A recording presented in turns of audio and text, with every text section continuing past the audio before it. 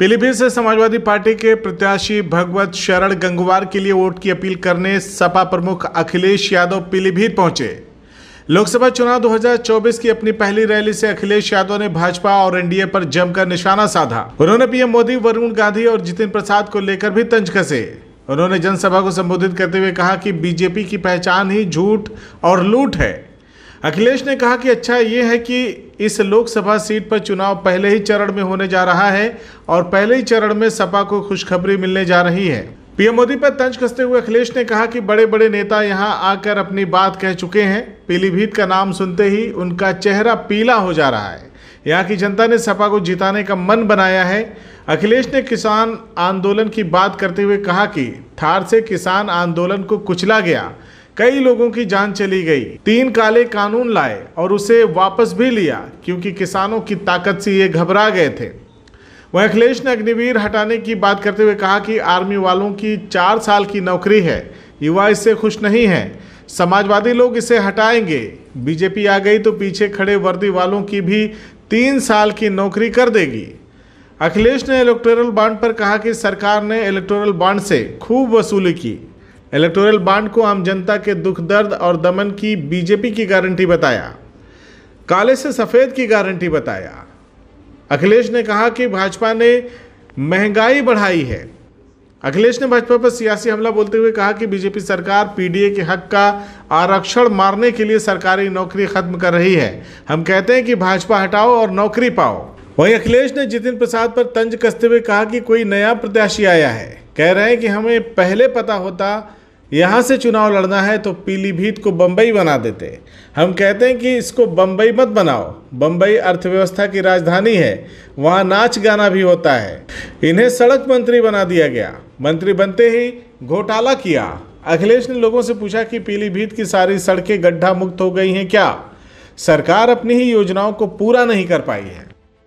BJP के लोगों ने 3 काले कानून लाए थे।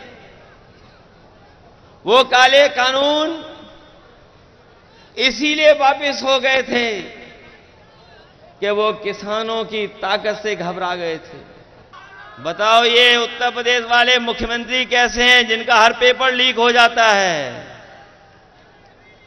ये दूसरों की गीले होने की बात तो कर रहे हैं, लेकिन अपना पेपर लीक हो रहा उसके बारे में नहीं बोल रहे हैं। बताओ 9 परीक्षाओं के पेपर लीक हुए कि नहीं लीक हुए? और नौजवान इस हद तक निराश हुआ है। हमने एक नौजवान का सुसाइड नोट पढ़ा।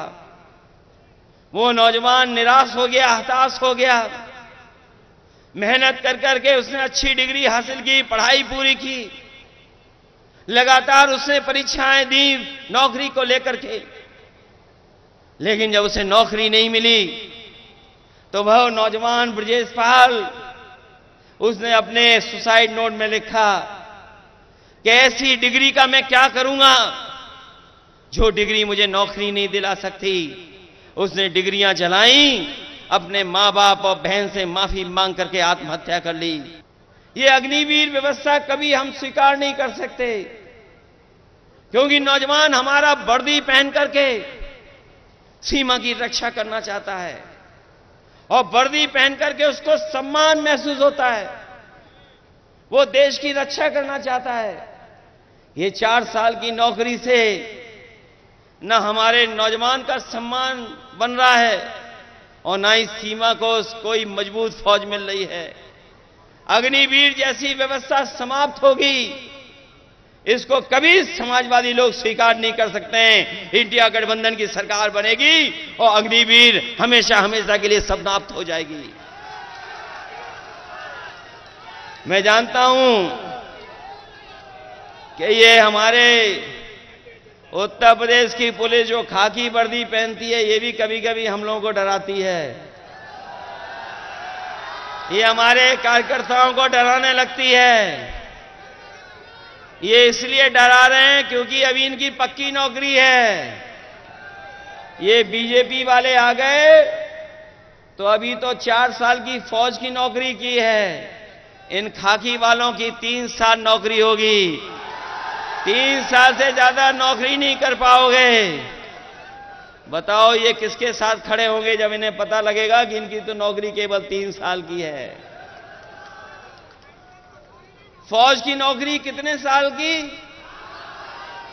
और अगर इनकी नौकरी इन्होंने बीजेपी वालों ने कर दी 3 साल की, तो ये क्या करेंगे जाके घर पर? CIB इंडिया न्यूज की सभी खबरों को देखने के लिए लाल रंग की बटन को दबाकर चैनल को सब्सक्राइब जरूर करें, घंटी जरूर दबाएं ताकि हमारी सभी खबरों के नोटिफिकेशंस आप तक पहुंचते रहें।